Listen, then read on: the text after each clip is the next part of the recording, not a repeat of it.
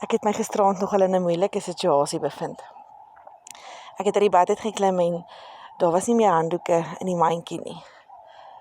En in daai moment toe dink ek gaan sommer vir een van die kinders skree om vir my handdoek te bring, maar ek hoor toe daar is nog 'n stem in die huis en ek besef nee, ek kan nie dit doen nie. En in die laaitjie waar die waslappe is daar nog waslappe. En ek het besluit wel dis my oplossing. En dit het my laat dink aan 'n tannie Annetjie wat in Pretoria bly. Ag jene, sy leef nie meer nie.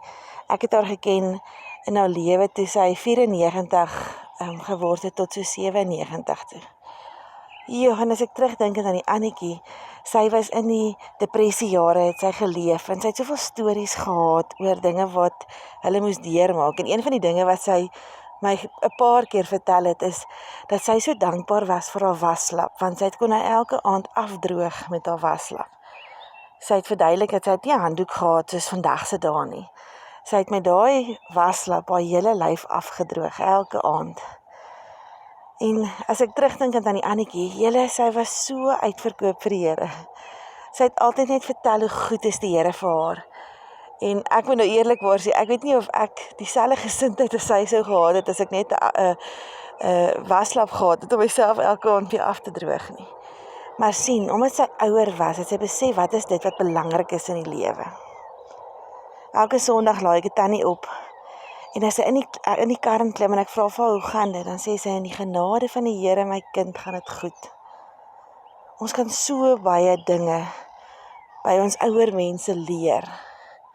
Vandag vier ons familiedag. En ek wil jou sommer vandag herinner dat as jy nog 'n oupa of 'n ouma het, om dalk vandag bietjie net tyd met hulle te spandeer, dalk 'n oproepie te maak, net te hoor hoe dit gaan. Want sien, een van die dinge wat ons by hulle kan leer is dat God altyd goed is. In die jare wat hulle gelewe het hulle dit gesien en hulle sien dit nog steeds. Dan die Annetjie is 'n paar jaar terug oorlede.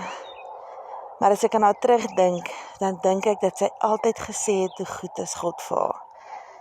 En vanoggend wil ek sommer in Psalm 107 vir julle lees. Loof die Here omdat hy goed is en sy liefde tot in ewigheid bly. God se liefde sal vir altyd daar wees.